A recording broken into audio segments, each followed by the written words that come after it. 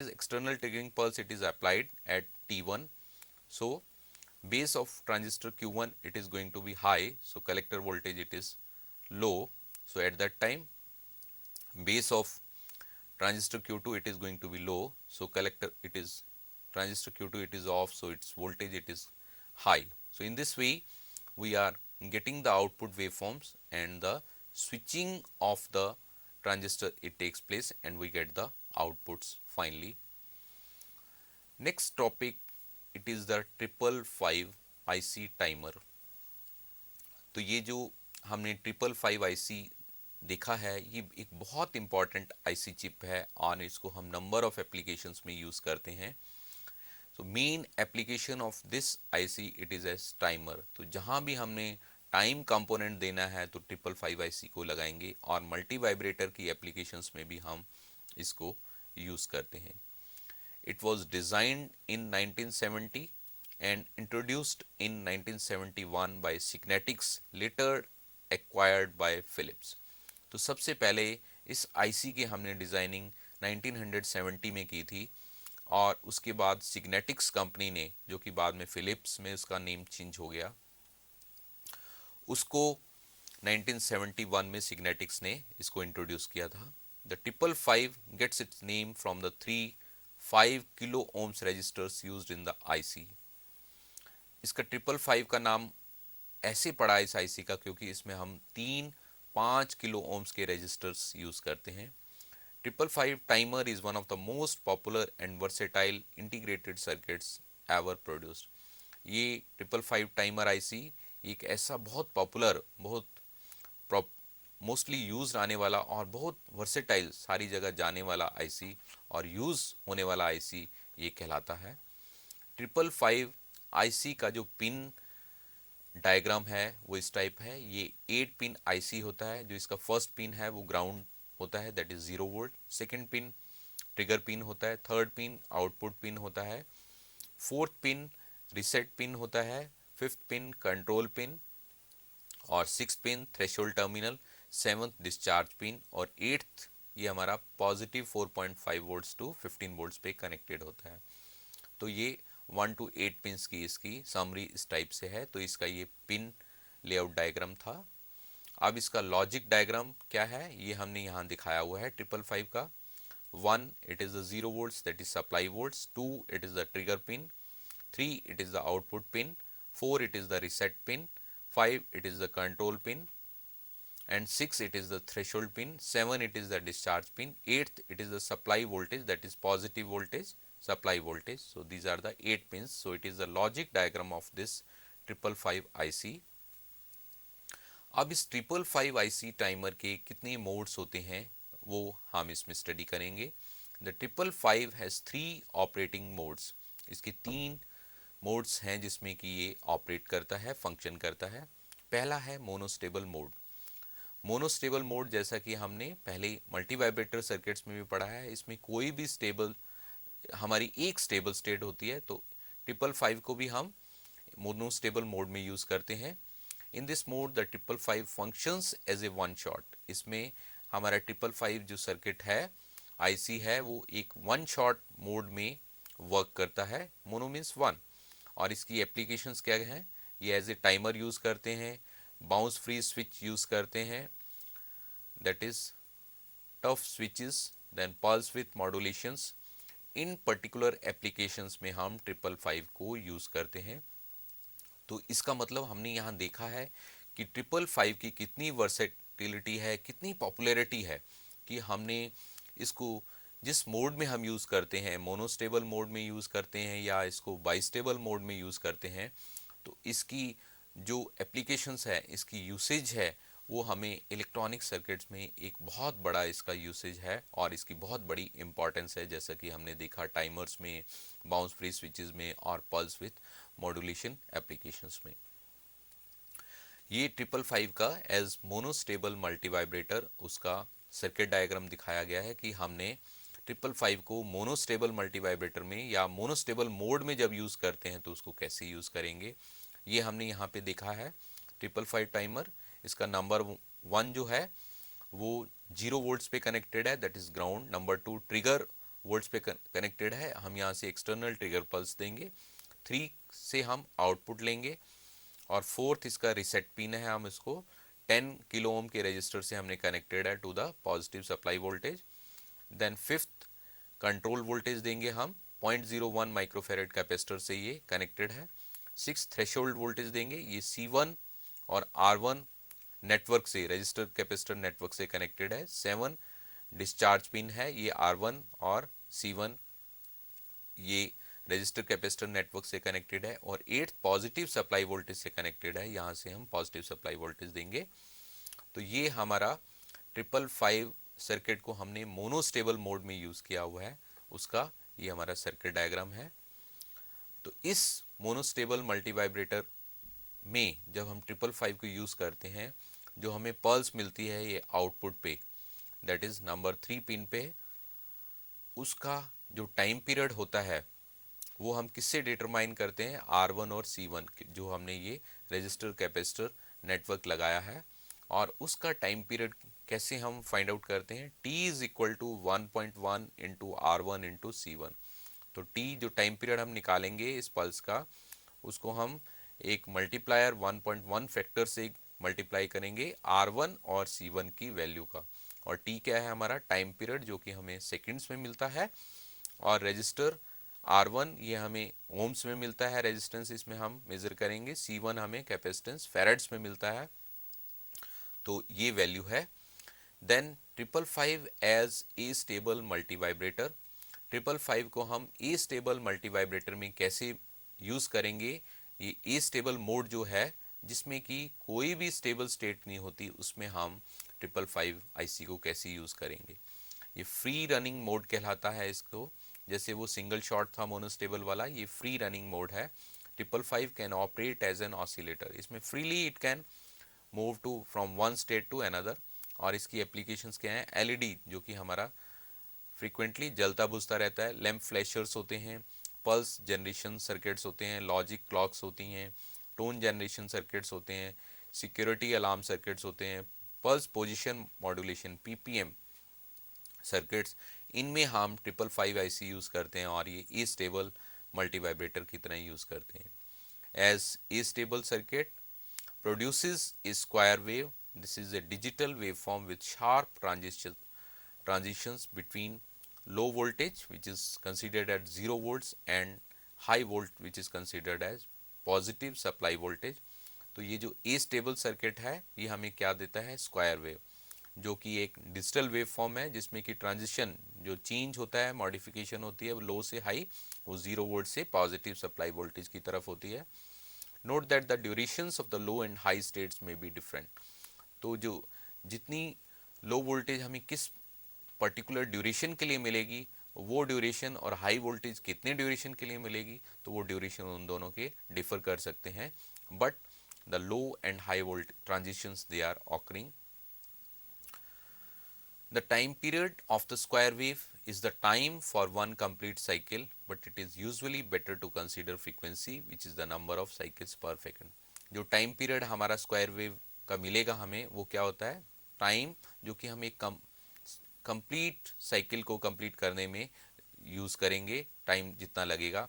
But हम यहाँ पे डिफर करेंगे क्योंकि हम फ्रीक्वेंसी कंसिडरेशन लेंगे, और फ्रीक्वेंसी कंसिडरेशन क्या होता है, it is the number of cycles पर सेकेंड। एक सेकेंड में ये जो स्क्वायर वेव है कितनी साइकिल्स कंप्लीट करेगी, वो फ्रीक्वेंसी कहलाता है।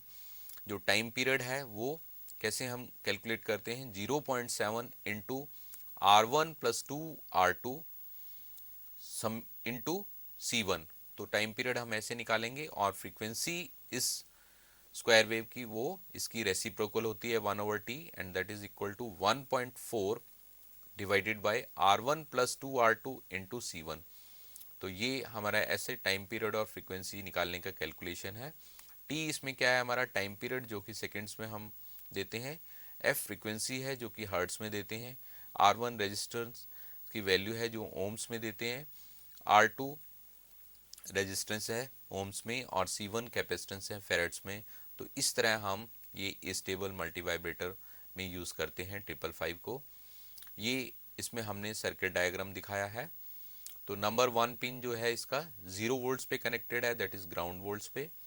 2 हमने ट्रिगर वोल्टेज दी है यहाँ पे with the help of the R1, R2 और C1 रजिस्टर कैपेसिटर नेटवर्क से। और 3 से हम आउटपुट लेते हैं। 4th रीसेट पिन है। 5th हमारा कंट्रोल वोल्टेज देंगे हम, ये हम 0.01 माइक्रोफेरेड्स की कैपेसिटर की हेल्प से देंगे। 6th हम थ्रेशोल्ड वोल्टेज देंगे, that is the sum maximum voltage which is towards the saturation stage. Trigger जो स्टार्ट करने के लिए देते हैं इस आईसी को। जो थ्रेशोल्ड वोल्टेज देंगे वो भी with the help of R1, R2 और C1 कॉम्बिनेशन से देंगे इन इस नेटवर्क से, जिसमें कि R1 रजिस्टर है, R2 रजिस्टर है और C1 कैपेसिटर है। Then 7 it is the discharge pin, और ये भी हम R1, R2 और C1 नेटवर्क से कनेक्ट करते हैं। 8th it is the positive supply voltage, जो कि हम पॉजिटिव वोल्टेज देंगे इस आईसी को रन करने के लिए। तो ये हमारा as astable multivibrator 555 की फंक्शनिंग है, उसका कनेक्शन डायग्राम है। तो इसमें हमने मोनोस्टेबल मल्टी वाइब्रेटर और ए स्टेबल मल्टी वाइब्रेटर, जिसमें कि हम 555 आईसी यूज करते हैं, उसका कंस्ट्रक्शनल डिफरेंस देखा। अब 555 एज बाइस्टेबल मल्टी वाइब्रेटर, 555 को हम एज बाइस्टेबल मल्टी वाइब्रेटर भी यूज कर सकते हैं। तो इस बाइस्टेबल मोड और स्मिथ ट्रिगर, इसको हम बाइस्टेबल मोड भी बोलते हैं या स्मिथ ट्रिगर मोड भी बोलते हैं। तो इसमें हम 555 हमारा कैसे ऑपरेट करता है, ये एज ए फ्लिप फ्लॉप जैसे अपनी स्टेट चेंज करता है और एक पर्टिकुलर स्टेट में रहता है, whether it is the so both the states they are the that is the stable states high और low. If the DIS pin is not connected and no capacitor is used, तो ये कब flip flop में use करते हैं? DIS means discharge pin which is the 7 number pin, they are not used and no capacitor it is used। तो हम इसको flip flop mode या बाइस्टेबल मोड में 555 आईसी को कैसे यूज करते हैं? जब हमारी डिस्चार्ज पिन, जो कि हमारी 7 नंबर पिन है, वो नॉट कनेक्टेड है, उसको हम किसी से कनेक्ट नहीं करते और कोई कैपेसिटर नहीं यूज करते। इस सर्किट में हम क्या यूज करते हैं? इट यूजेस, इसके जो यूजेस हैं, एप्लीकेशंस हैं, they include bounce free latch switches. तो ये जो इसकी एप्लीकेशंस हैं वो हम बाउंस फ्री लैच स्विचेस में इस 555 आईसी को as bistable multivibrator use करते हैं। ये इसका हमने यहाँ सर्किट डायग्राम देखा है 555 का एज बाइस्टेबल मल्टी वाइब्रेटर। तो इसमें क्या डिफरेंसेस हैं? जो नंबर 1 पिन है वो 0 वोल्ट्स पे कनेक्टेड है, that is the ground volts. Number 2 pin वो trigger volt, that is external triggering के काम आता है, और इसको हम 10 किलो ओम्स रजिस्टर से कनेक्ट करते हैं, जो कि पॉजिटिव सप्लाई वोल्टेज और 0 volts that is ground voltage के बीच में कनेक्टेड होती है। 3rd पिन से हम आउटपुट वोल्टेज लेते हैं। 4th pin is reset pin, इसको हम रिसेट स्विच यूज करते हैं और ये भी 10 किलो ओम से कनेक्टेड होता है। Number 5 control pin, it is not used, and number 6 it is for the threshold voltage. Number 7 discharge pin, it is not used, it is not connected. 8th it is the supply voltage. So this is the circuit diagram of this 555 IC in the bistable mode. तो इसमें हमने constructional differences तीनों में study किए, as astable multivibrator, as bistable multivibrator and as monostable multivibrator. तो इसमें हमने differences find out किए कि ए स्टेबल में हमारा कोई भी स्टेट स्टेबल नहीं होती, मोनोस्टेबल में एक स्टेट स्टेबल होती है और बाइस्टेबल में दोनों स्टेट स्टेबल होती हैं, और हमें एक्सटर्नल पल्स की ज़रूरत होती है, ट्रिगरिंग पल्स। तो ये हम यहाँ पे नंबर 2 पिन पे देते हैं। तो इसमें बाइस्टेबल मल्टी वाइब्रेटर में हमारी 2 इनपुट्स होती हैं। One is the trigger pin that is which is given at 2। So this trigger pin 555 में पिन 2 यूज होती है, it makes the output high.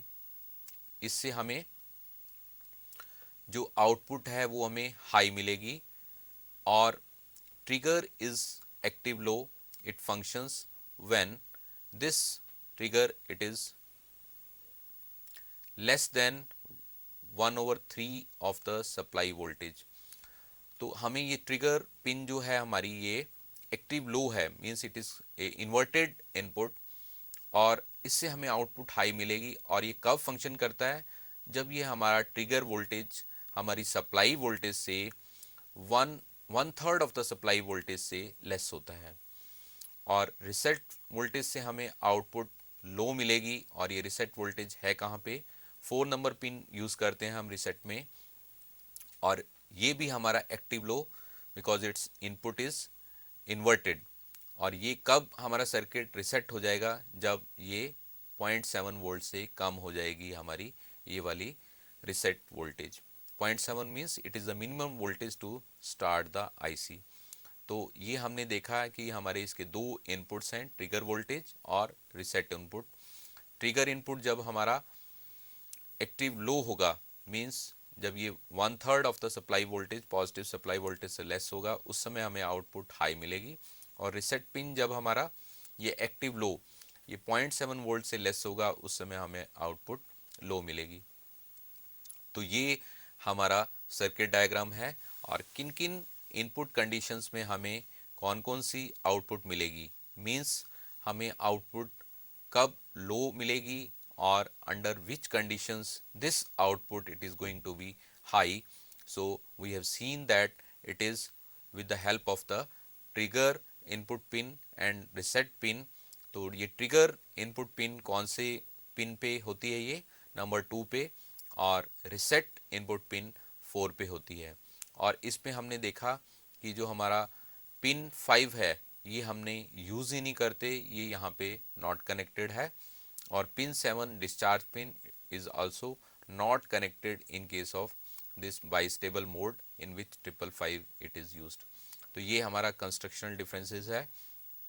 बाकी हमने थ्रेशोल्ड वोल्टेज भी यूज़ की है, और उसके बाद हमने यहाँ पे trigger voltage this is also used.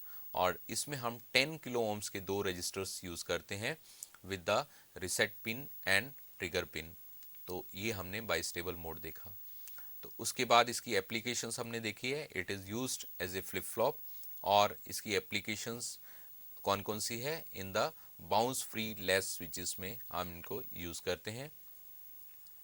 A stable multi vibrator में हमने देखा कि जो हमारा कंट्रोल वोल्टेज है वो हम किसके थ्रू देते हैं, 0.01 माइक्रोफेरेड कैपेसिटर के थ्रू देते हैं। और ट्रिगर वोल्टेज जो कि हम नंबर 2 पिन पे देंगे, ये हम कैसे देंगे, it is connected through R1 R2 C1 network. कहने का मतलब जब ये एक particular voltage R1 R2 network के थ्रू आ जाएगी, वो उसको एक्सटर्नली ट्रिगर कर देगी, ये हम एज ए ट्रिगर वोल्टेज देंगे। और जो इसका डिस्चार्ज पिन है वो R1 R2 C1 capacitor combination से कनेक्टेड है। रिसेट हमने 4th नंबर पिन पे दिया हुआ है। ए स्टेबल का हमने देखा टाइम पीरियड हम कैसे निकालेंगे, it is equal to that is 0.7 into R1 plus 2 R2, ये दोनों जो यूज किए हमने R1 R2 into C1 capacitor की वैल्यू से हम इसको मल्टीप्लाई कर देंगे। और फ्रीक्वेंसी हम इसमें कैलकुलेट कैसे करते हैं, frequency is equal to 1/t that is reciprocal of the time period, and it is equal to 1.4 into 1.4 over R1 plus 2 R2 into C1। तो इसमें हम R1 और R2 की वैल्यूज किस में लेते हैं, ओम्स में, और जो C1 की वैल्यू हम लेते हैं वो फेरेड्स में होती है। ए स्टेबल मल्टी वाइब्रेटर की